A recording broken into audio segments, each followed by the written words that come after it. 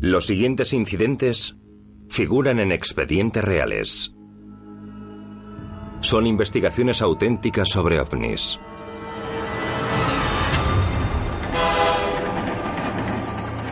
...14 de enero de 2002... Región de Big Sandy, Kentucky. Un tren cargado de carbón viaja desde Russell, Kentucky, cuando uno de los dos maquinistas ve una luz delante de ellos en una vía paralela. El maquinista apaga sus luces para no deslumbrar a los maquinistas del otro tren. Los maquinistas esperaban que al trazar la curva se encontrarían con otro tren, pero no fue así. Lo que ven los deja atónitos. A la derecha de la vía hay dos objetos no identificados, suspendidos sobre el río. Esas naves parecen estar inspeccionando el río con focos y se acercan al tren. Enseguida la sorpresa del maquinista al encontrarse con esos objetos se transforma en miedo porque las naves parecen dirigirse al tren. Mientras los ovnis se acercan al tren, los maquinistas perciben ciertas características que no se parecen a nada que hayan visto antes. Los ovnis parecen discos metálicos plateados. No tienen ventanas visibles y su base está cubierta de luces de colores. Los discos tienen unos 3 metros de altura y entre 6 y 7 de diámetro. Con los ovnis a plena vista, el tren comienza a fallar. De pronto los monitores comienzan a parpadear y el velocímetro se vuelve loco. Los maquinistas no tienen ni idea de lo que pasa y están desprevenidos para lo que sucede a continuación. Uno de los maquinistas ve otra luz que se dirige directa hacia ellos. Esta luz que tienen enfrente resulta ser un tercer ovni que se sitúa cerca y luego se dirige directamente a ellos. No hay tiempo para reaccionar y el ovni se estrella contra el tren.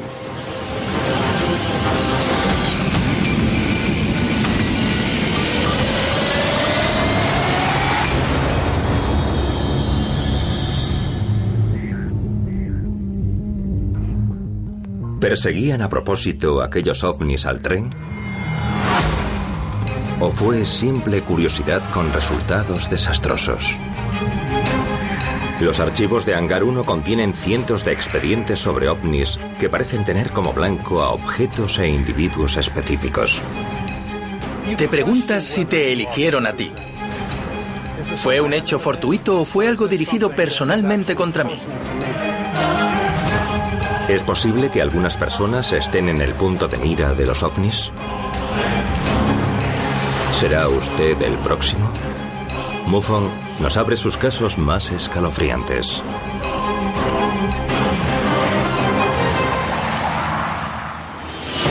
La Mutual UFO Network, conocida como MUFON, es una organización independiente y sin relación con ningún gobierno. Investiga los supuestos avistamientos de ovnis en todo el mundo. Desde hace 5 décadas ha reunido más de 70.000 informes, almacenados en un lugar seguro conocido como Hangar 1. Ahora, por primera vez, MUFON ha ofrecido acceso a su amplio archivo. Estos son los informes del Hangar 1. Hangar 1, archivos extraterrestres. Atrapados por ovnis. En el interior de Hangar 1, los archivos de MUFON contienen muchos casos de personas perseguidas por ovnis. Aunque algunos no parecen amenazadores, otros provocaron encuentros violentos y peligrosos. Como el del tren carbonero de Kentucky, no solo perseguido, sino golpeado por un ovni. ¿Cuál era su objetivo y por qué? ¿Proporcionan sus secuelas una respuesta?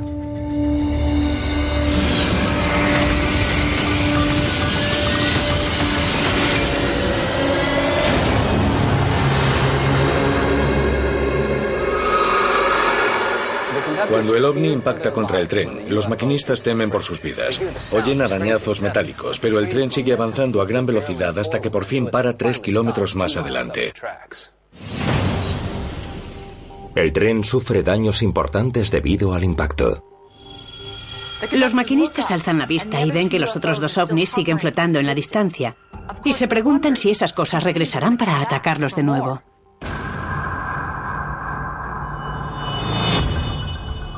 Lo que quiero saber es cuál es el propósito de esas naves que atemorizan a la gente y que exhiben todas sus luces. ¿Por qué aquello se puso a volar hacia ese tren? El tren queda a las afueras de Russell, Kentucky, humeando en el lugar del impacto. Los maquinistas se sienten afortunados de haber salido vivos. En aquel momento los maquinistas no dan crédito a lo que acaba de suceder.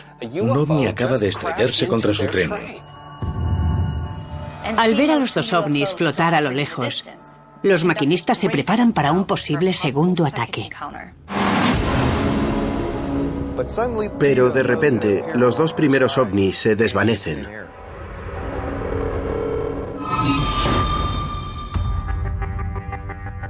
Una vez que los ovnis han desaparecido, los maquinistas se sienten a salvo e inspeccionan el tren para evaluar los daños.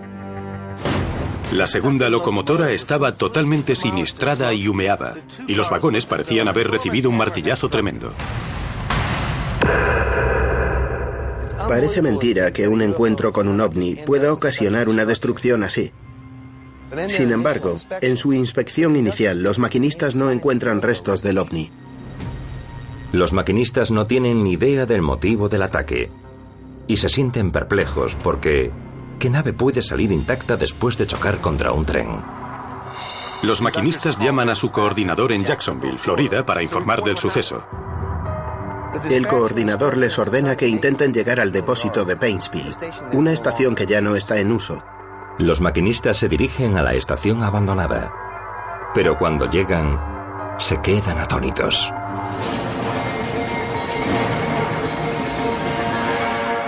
La estación no estaba en uso, así que se quedan sorprendidos cuando ven a un montón de personal trabajando allí.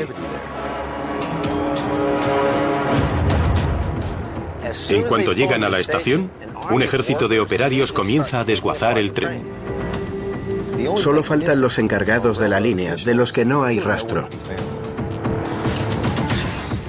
Se inicia una operación coordinada para investigar el lugar de los hechos. Los maquinistas esperaban que se hiciera hincapié en lo que había colisionado contra el tren, pero no imaginaban que la investigación fuera sobre ellos. ¿Estaba el ovni más interesado en ellos que en el tren? Un hombre apellidado Patterson los recibe y los lleva a lo que solía ser la oficina del depósito. Los maquinistas son interrogados a fondo acerca de su pavoroso encuentro. Ese hombre les dice que tendrán que responder a una serie de preguntas y de pruebas médicas obligatorias por su propia seguridad antes de que se les permita irse. ¿Pruebas médicas obligatorias? Es casi como si Patterson supiera que estas persecuciones ya les hubieran ocurrido a otros, y como si también supiera los peligros a los que los maquinistas estaban expuestos. ¿Fueron golpeados cuando el ovni los embistió?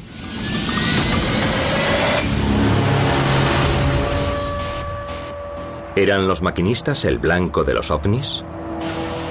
Y si fue así, ¿por qué? Si los humanos visitásemos otros mundos, ¿qué haríamos? ¿Y qué haríamos con los animales al estudiarlos? ¿Los perseguiríamos? ¿Los capturaríamos? Y experimentaríamos con ellos. Es algo científicamente legítimo. Si nosotros lo haríamos, ¿por qué no harían ellos lo mismo? Cuando los maquinistas por fin se van, siguen desconcertados por su encuentro y les preocupa hacer pública su experiencia, porque podrían ser objeto de ridículo o incluso perder sus trabajos. Así que envían un informe anónimo a MUFON. Es un caso difícil de investigar porque nadie habla. Sin embargo, hemos podido corroborar los hechos y sabemos que un tren que cubría aquella ruta ese día tuvo problemas a la hora señalada. Y curiosamente ocurrió en la región llamada Big Sandy, del este de Kentucky, que desde hace mucho es un punto neurálgico de actividad de ovnis. Mientras nosotros observamos los cielos en busca de señales de ovnis, ¿nos observan ellos también? ¿Y esperan para actuar?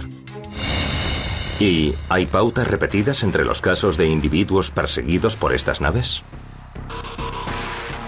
Hay varios tipos de encuentros así.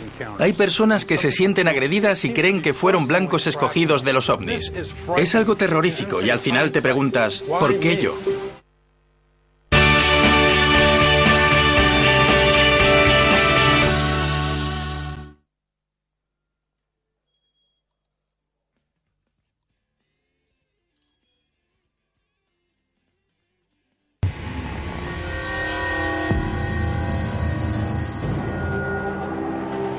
Todos los años se registran miles de encuentros ufológicos.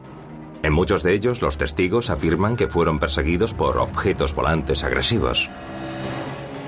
Y en algunos casos, las víctimas sufren daños físicos y emocionales duraderos. Los investigadores de MUFON buscan patrones con la esperanza de encontrar respuestas que desvelen por qué algunas personas se convierten en blancos de los ovnis.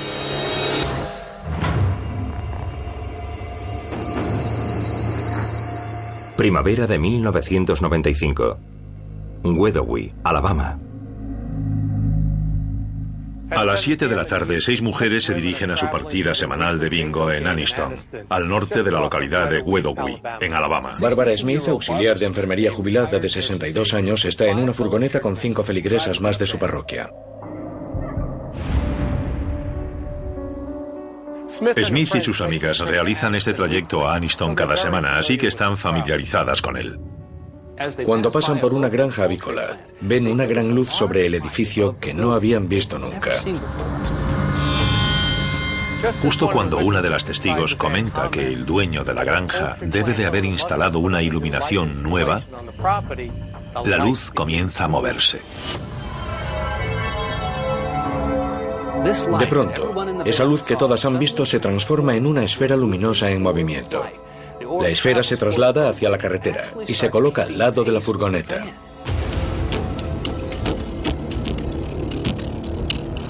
Ellas continúan la marcha mientras la esfera cambia con frecuencia de altitud, pero continúa en el lado de la furgoneta en la que Smith está sentada. Entonces la esfera comienza a realizar movimientos rápidos y se acerca a 15 metros de la furgoneta. Se pone a la altura de los ojos y luego sale disparada hacia los árboles. Las mujeres se asustaron porque nunca habían visto algo así. Hasta ese momento, las mujeres pensaban que estaban a salvo dentro de la furgoneta, pero comienzan a creer que son el objetivo de la persecución de la luz. La furgoneta continúa avanzando y la esfera misteriosa comienza a emitir un intenso y brillante rayo de luz dirigido directamente donde Smith y sus amigas están sentadas. Cuando el rayo ilumina la ventana de Smith, la mujer ve algo totalmente insólito. Smith ve lo que describe como un extraño hombrecito cuya imagen se proyecta en la luz. Una de sus amigas también ve una figura en la luz. Las pasajeras están aterradas. No saben lo que pasa. Y cunde el caos.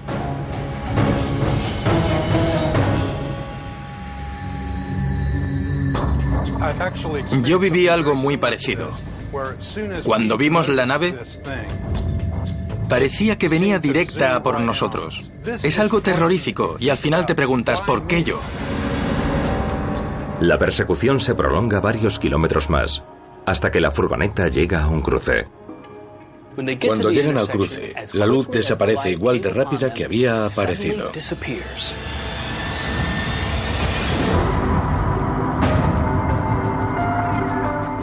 Las mujeres dicen que la luz se desvaneció en un campo.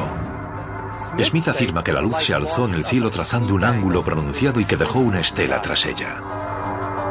Aunque la órbita luminosa no las persiga, para dos de las mujeres el calvario continúa.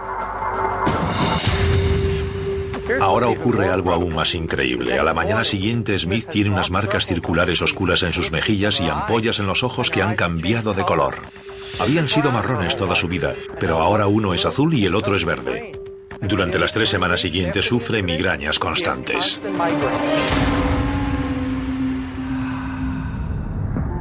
Smith no es la única que sufre secuelas físicas del encuentro. Smith llama a la mujer que estaba sentada a su lado en la furgoneta y le pregunta si ha tenido algún problema desde el avistamiento. Su amiga le dice que sí, y ambas deciden acudir al hospital más cercano para recibir atención médica. Sea cual sea la energía que empleen, esta posee la capacidad de provocar daños físicos como quemaduras y radiación. Algunos desafortunados que se acercan lo bastante sufren estas secuelas. A pesar de los daños físicos sufridos por estas mujeres, algunos expertos explican la esfera como un caso de rayo centella.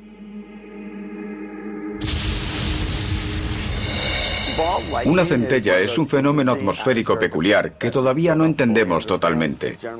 Suele producirse después de los rayos de una tormenta y es una bola de luz y carga eléctrica. Según las estadísticas, entre un 1 y un 3,3% de todas las personas verán una en su vida. Sin embargo, durante su encuentro, ningún testigo ni el servicio meteorológico informaron de una tormenta eléctrica en la zona. Es muy difícil achacar la luz misteriosa a algo hecho por el hombre o a un fenómeno natural explicable. No conocemos nada que pueda causar daños físicos como los descritos por Smith o que se mueva a varias velocidades durante un periodo de tiempo tan largo.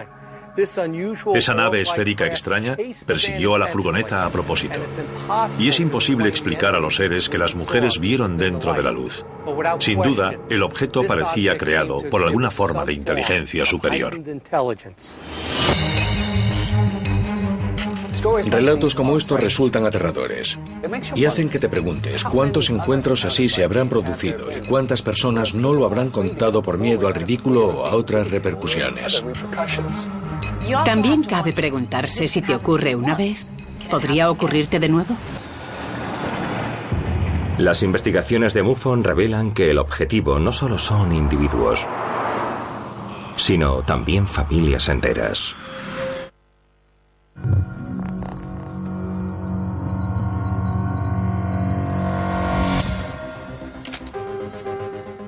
Entre los 70.000 expedientes de MUFON, hay muchos que relatan persecuciones espantosas de personas acosadas por ovnis.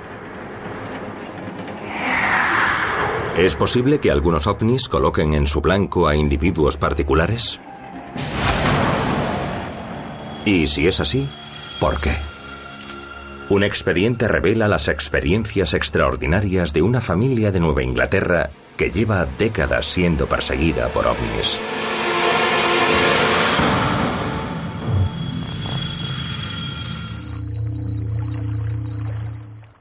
Verano de 1967. Laguna Lyford, New Hampshire. Tom Shillings, de 14 años, está visitando a su primo en Belmont, New Hampshire. Los dos chicos salen a pescar a la laguna de Lyford.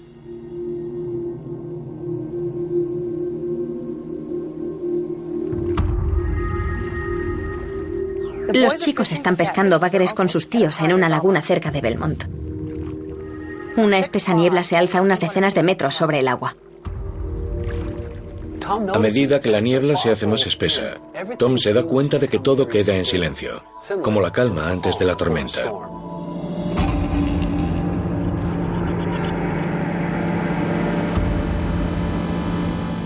De pronto el tío de Tom comienza a ponerse nervioso. Tom no sabe por qué actúa de un modo tan extraño, hasta que de forma abrupta sus tíos le dicen que tienen que marcharse. En ese momento, Tom percibe algo raro. En la distancia hay un resplandor dorado en el riachuelo que desemboca en la laguna. La luz flota a unos 5 metros sobre el agua y se mueve muy lentamente. Después comienza a parpadear y a emitir un sonido muy tenue. Los tíos están ansiosos por poner a salvo a los niños.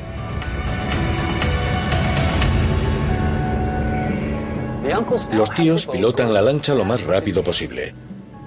Tom observa cómo la luz se acerca más y más. Esquiva las ramas e incluso se mueve entre los árboles cercanos a la orilla. Cuando por fin llegan a la orilla, en aquel momento la luz está a unos 25 metros de ellos. Allí los tíos saben que tienen que actuar rápido. John y Bill les gritan a los niños que monten rápido en la furgoneta. Tras ellos está la luz que de pronto se detiene, cambia de rumbo y se dirige hacia la furgoneta. Cuando se ponen en marcha, Tom no aparta la vista de la luz que tienen detrás. Cuando dejan atrás la primera curva, ve que la luz se aleja de la orilla y cobra velocidad. Todos están aterrados porque piensan que el ovni va tras ellos. Aceleran a 80 kilómetros por hora, pero el ovni sigue justo detrás de ellos. La luz gira bruscamente a la derecha y sale disparada hacia el cielo.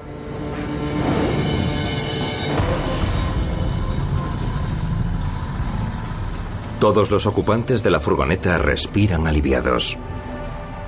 Lo más curioso de este caso es que ambos adultos parecían saber lo que se avecinaba y que era algo malo. Hay que preguntarse si el ovni los atacó por algún motivo. No es la primera vez que la familia ha sufrido este tipo de sucesos terroríficos. MUFON investigó este caso en 1981 y averiguamos que la familia Schilling tenía un largo historial de encuentros con ovnis en New Hampshire, lo que explica la reacción del tío. Desde la década de 1930, varios miembros de la familia han tenido experiencias con ovnis. De hecho, prácticamente toda la familia Schilling ha vivido al menos un encuentro con ovnis. Cuesta saber lo que querían los ovnis, pero sin duda hay constantes que se repiten.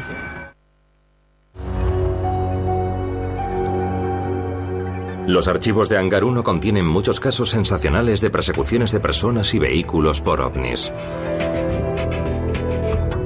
Algunos de ellos revelan la existencia de patrones que indican que algunas personas han sido perseguidas varias veces. De hecho, en MUFON hay un caso que relata la historia de una familia de New Hampshire que ha sido blanco de los ovnis desde la década de 1930.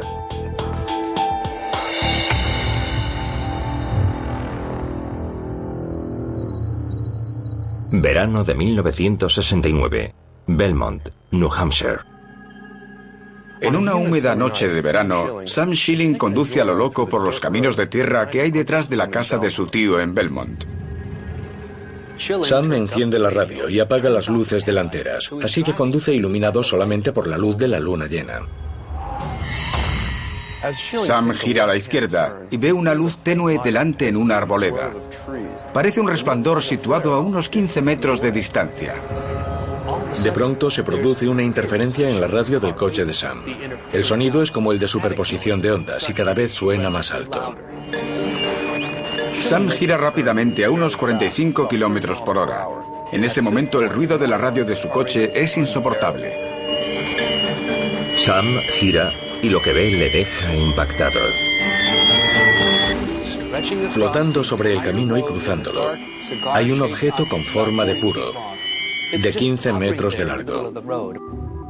La nave es cilíndrica y tiene una especie de pata gruesa que sale de ella y se apoya sobre el suelo. Sam se da cuenta de que la gigantesca nave no se mueve y que está a punto de pasar por debajo de ella. Sam frena de golpe, pero es demasiado tarde y una cuarta parte del vehículo queda bajo la nave. Mientras el coche pasa por debajo de la nave, la antena de radio golpea la pata metálica y de la radio sale un sonido estruendoso.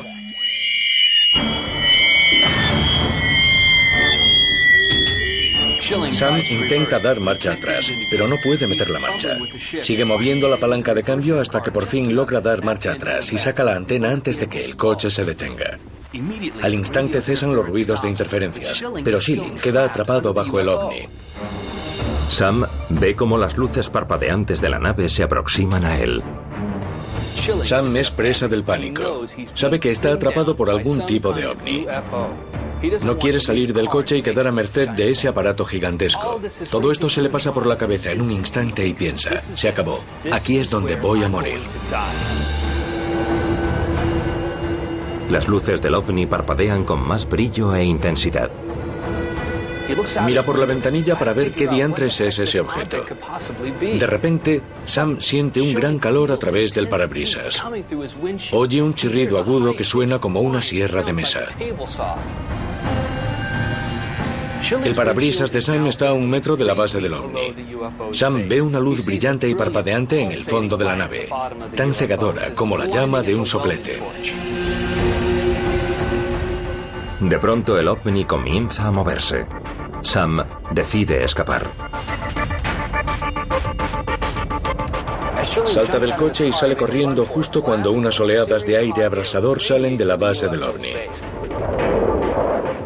Sam queda atrapado en un intenso torbellino. Sam vuelve a entrar en el coche e intenta moverlo para que no esté debajo del ovni. Ahora puede dar marcha atrás.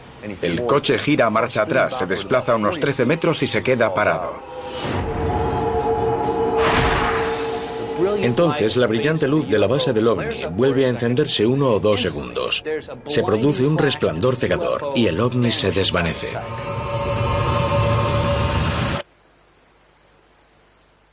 Sam no da crédito a lo sucedido. El interior del coche está repleto de arena y agujas de pino. Calcula que todo duró entre 30 y 40 segundos.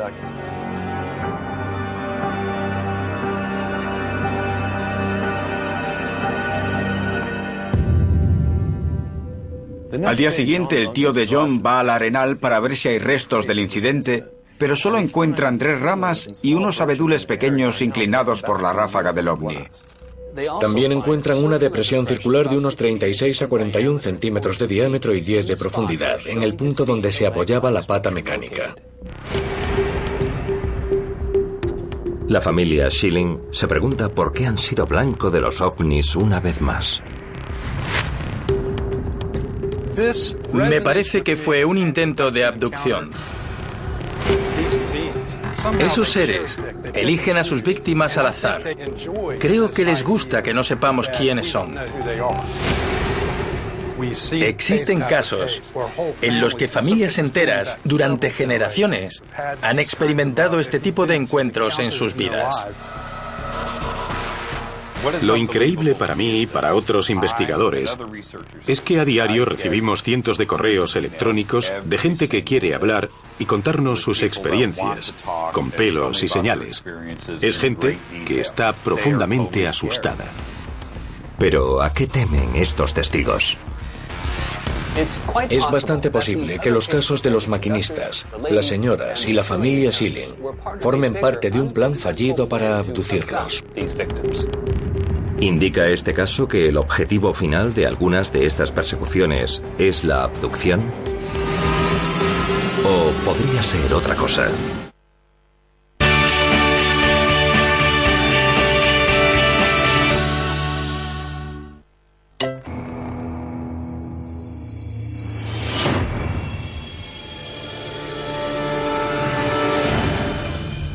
Los archivos de Hangar 1 contienen numerosos casos de individuos perseguidos por ovnis, tanto por tierra como en medio acuático. ¿Es posible que algunos de ellos fueran objeto de intentos de abducción o de experimentación?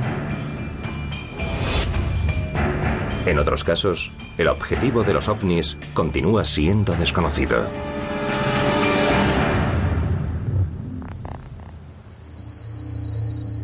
Verano de 1968. Roseville, California. En el verano de 1968, el agente de policía de Los Ángeles, James Turner, y su esposa conducen su caravana hacia Oregón para ir a pescar.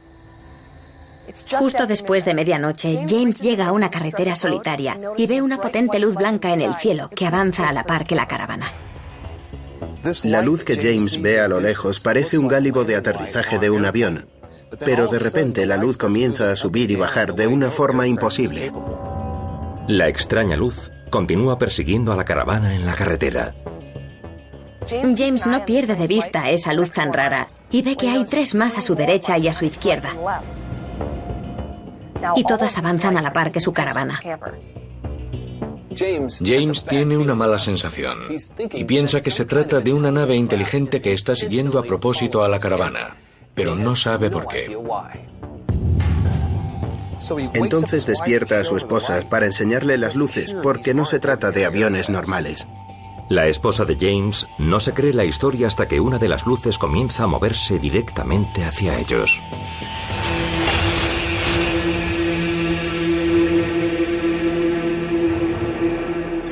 De pronto, James y su esposa son presa del pánico. Están en medio de la nada y algo los persigue. El objeto no solo les sigue, sino que comienza a acercarse. La intensidad y el tamaño de la luz comienzan a crecer a medida que se acerca más y más a la caravana. Mientras se aproxima, la luz emite un rayo azul verdoso en forma de cono hacia el suelo.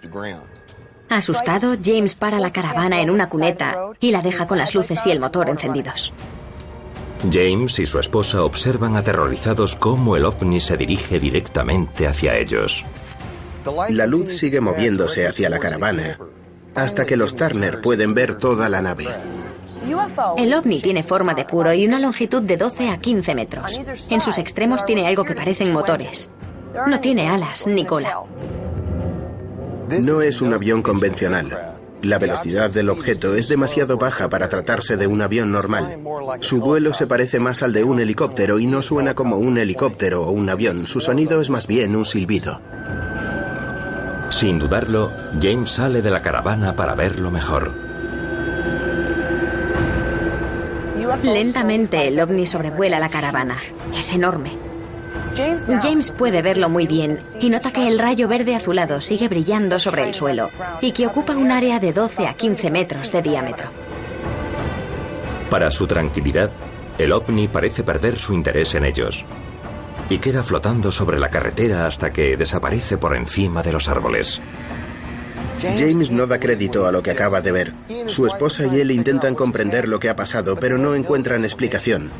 Al final reanudan la marcha y a las 2 de la madrugada llegan a una zona de descanso en Roseville, California. Los Turner intentan dormir, pero el ovni regresa enseguida. La señora Turner se despierta de forma repentina por un zumbido alto y al instante lo reconoce como el mismo sonido del ovni de antes. No distingue ningún objeto, pero está segura de que el sonido viene del cielo, justo encima de ella. Suena como si el ovni flotase encima de la caravana, así que despierta a James gritándole: «¡Ha vuelto, esa cosa ha vuelto!». James se incorpora y sale a toda prisa de la caravana, pero entonces su esposa se da cuenta de que el sonido comienza a disiparse. A lo lejos, James ve un objeto oscuro que se aleja de la caravana. Una vez más, los Turner se sienten aliviados por el hecho de que el ovni no les hiciera ningún daño.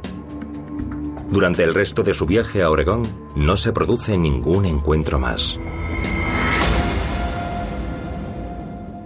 Los Turner no le contaron a nadie su experiencia hasta que James se la confió a un compañero de la policía, quien le convenció de que informase a MUFON. A las personas que ocupan puestos de autoridad les resulta dificilísimo comunicar este tipo de cosas porque les preocupa mucho su credibilidad. A menudo se cuestiona la credibilidad de sus relatos. Se piensa que estas personas deliran, que están locas, que es una farsa y que mienten. Por eso prefieren no hablar, porque nadie va a creerles. Los testigos, sean agentes de policía, profesores o el operario de una fábrica, me preguntan con quién pueden hablar. Mi consejo es que entren en contacto con alguien de su zona, que informen y que después se comuniquen con MUFON. Estos son los pasos más importantes. MUFON investiga el caso de los Turner en cuanto recibe la noticia. Nuestra investigación no detectó radiaciones electromagnéticas inusuales en la caravana. Y al contrario de los otros casos, los Turner no sufrieron lesiones físicas tras el encuentro. Tuvieron suerte. Aunque los Turner no sufrieran daños físicos, el suceso los dejó profundamente cambiados. Estas experiencias son muy desconcertantes y solo el impacto psicológico de ver estas cosas tan increíbles produce una toma de conciencia, porque te das cuenta de que no estamos solos en el universo. Son experiencias trascendentales.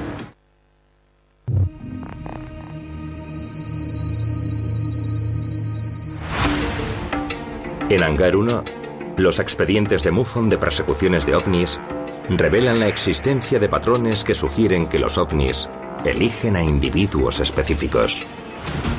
Algunos sufren daños físicos en estos encuentros, mientras que otros quedan asustados y confusos por estas duras experiencias, que no se limitan a la población civil. A finales de los 70, la policía de Glendale, en California, colaboraba con MUFON. Nosotros compartimos información con muchos cuerpos de policía de todo el país. Si se produce un avistamiento de ovnis, nos llaman para que acudamos a investigar. 1 de febrero de 1977. Glendale, California. El 2 de febrero de 1977, MUFON recibe una llamada de un sargento llamado Simpson que informa de que la noche anterior un helicóptero de la policía había avistado un objeto extraño. El sargento Simpson cuenta que 2 de sus agentes están conmocionados tras un incidente acaecido la jornada anterior. Los agentes Roger Kane y Tim Jenkins están en su helicóptero patrullando la zona de Glendale.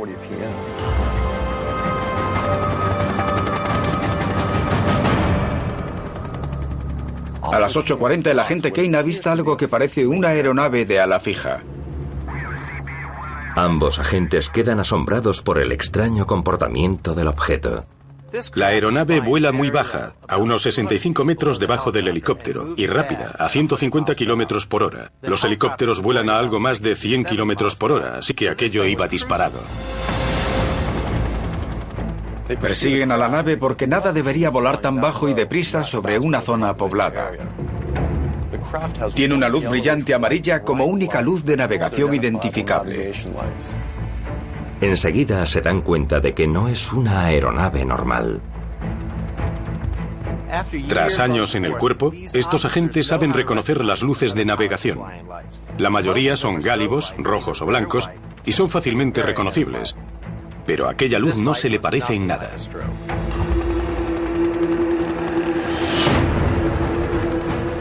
De pronto, el objeto no identificado se eleva en dirección al helicóptero a una velocidad alarmante. El objeto se pone a la misma altura que el helicóptero. Es algo que los pilotos saben que no les había ocurrido nunca. Se trata de un cilindro de unos 5 metros de altura y casi 3 de anchura. También distinguen una intensa luz brillante amarillenta que ilumina a toda la nave de arriba a abajo. Los agentes son presa del pánico cuando el ovni comienza a seguir todos los movimientos del helicóptero. Preocupados, los pilotos llevan el helicóptero hacia la izquierda, pero el objeto emula a la perfección la maniobra. Durante los siguientes 2 minutos, el helicóptero y el objeto se mueven en perfecta sincronía. Los agentes tratan de contactar con su base, pero la radio no funciona. ¿Pensarían que el ovni quería derribarlos? ¿Iba a fallar el helicóptero? Por puro miedo, los pilotos ponen rumbo a la base, pero el ovni continúa a su lado. El ovni comienza a aproximarse. Realiza un movimiento brusco y se acerca al helicóptero. El agente Kane vira rápido a la derecha y entonces el objeto regresa a su distancia original a más de 100 metros de distancia. Es como jugar al gato y al ratón. ¿Cómo pueden pensar estos pilotos que tendrán alguna ventaja sobre el ovni? Sorprendentemente, el ovni se aleja y abandona su persecución. Tras la agresiva aproximación del ovni y su retirada, se alza unos 150 metros, cambia de trayectoria hacia el sureste y desaparece en dirección al cañón de Chevy Chase. En un momento dado estaba delante de ellos y un instante después había desaparecido. Como el suceso involucró a 2 policías, MUFON se enteró rápidamente y contactamos con el aeropuerto cercano de Hollywood Burbank, por si habían detectado al objeto en su radar. Pero por desgracia no detectaron nada. Es un caso muy parecido a otros que hemos investigado, que demuestra que algunos ovnis no se arredran a la hora de enfrentarse a su blanco. Debemos tener en cuenta que esto podría ser la punta del iceberg. Hay muchos casos así. Y la pregunta es, ¿qué pasa y por qué?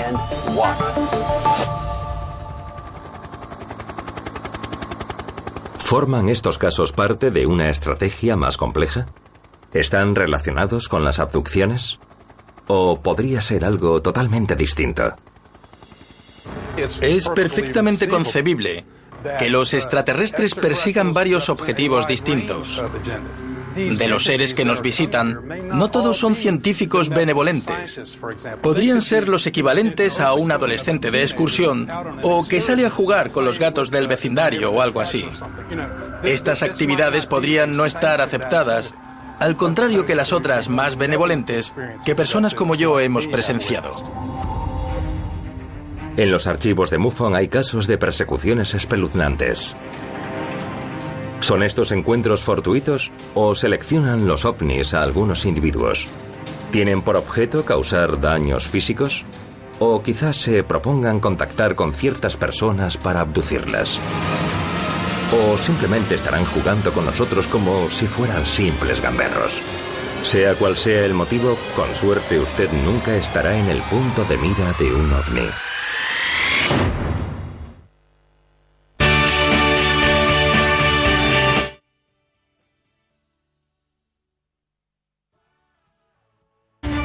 ¿Cuál era su objetivo y por qué? ¿Proporcionan sus secuelas una respuesta?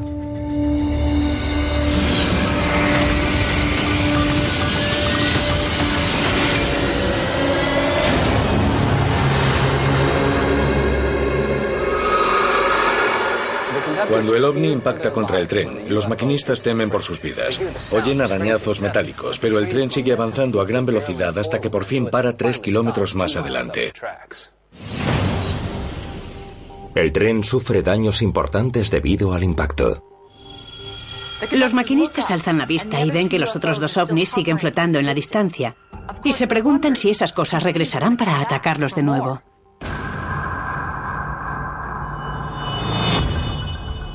Lo que quiero saber es cuál es el propósito de esas naves que atemorizan a la gente y que exhiben todas sus luces. ¿Por qué aquello se puso a volar hacia ese tren? El tren queda a las afueras de Russell, Kentucky, humeando en el lugar del impacto. Los maquinistas se sienten afortunados de haber salido vivos. En aquel momento los maquinistas no dan crédito a lo que acaba de suceder. Un ovni acaba de estrellarse contra su tren. Al ver a los dos ovnis flotar a lo lejos, los maquinistas se preparan para un posible segundo ataque. Los siguientes incidentes figuran en expedientes reales. Son investigaciones auténticas sobre ovnis.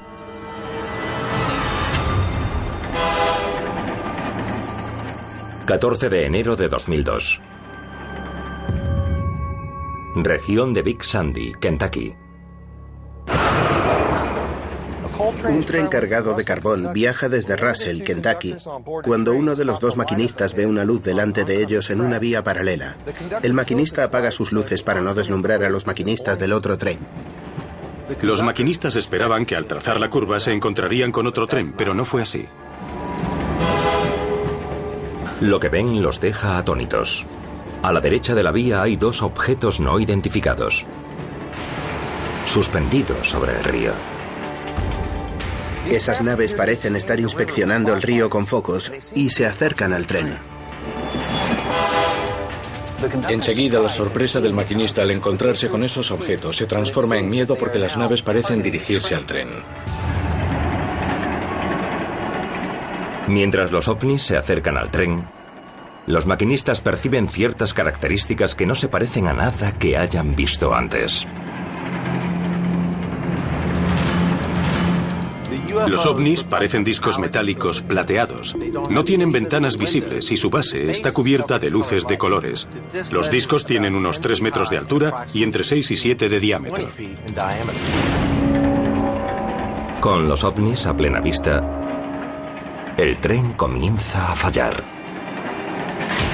De pronto los monitores comienzan a parpadear y el velocímetro se vuelve loco. Los maquinistas no tienen ni idea de lo que pasa y están desprevenidos para lo que sucede a continuación. Uno de los maquinistas ve otra luz que se dirige directa hacia ellos. Esta luz que tienen enfrente resulta ser un tercer ovni que se sitúa cerca y luego se dirige directamente a ellos. No hay tiempo para reaccionar y el ovni se estrella contra el tren.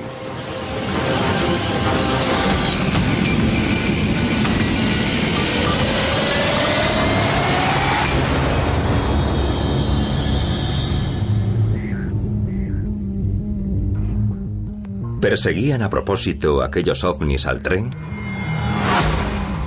¿O fue simple curiosidad con resultados desastrosos?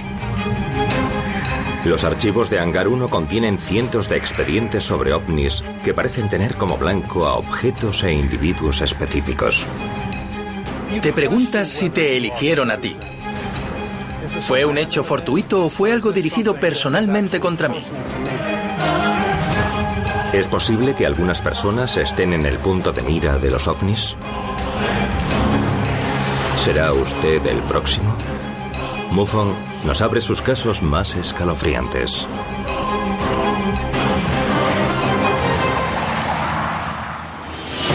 La Mutual UFO Network, conocida como MUFON, es una organización independiente y sin relación con ningún gobierno.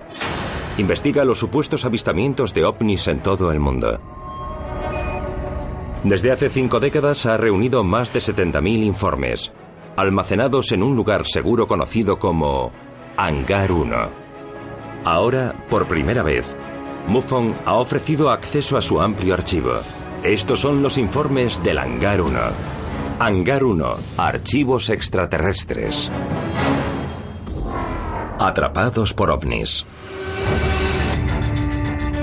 En el interior de Hangar 1, los archivos de MUFON contienen muchos casos de personas perseguidas por ovnis. Aunque algunos no parecen amenazadores, otros provocaron encuentros violentos y peligrosos. Como el del tren carbonero de Kentucky. No solo perseguido, sino golpeado por un ovni. Pero de repente, los 2 primeros ovnis se desvanecen.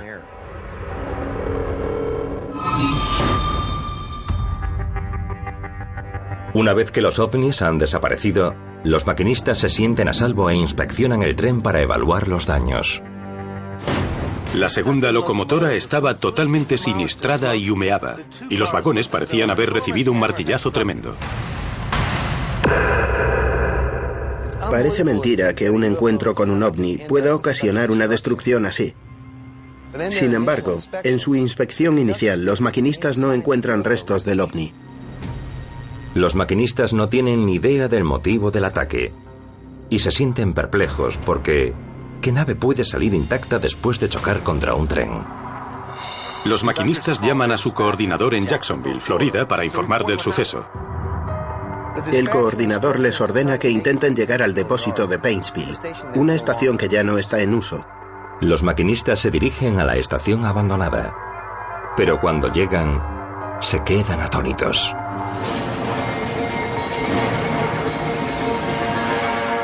La estación no estaba en uso, así que se quedan sorprendidos cuando ven a un montón de personal trabajando allí. En cuanto llegan a la estación, un ejército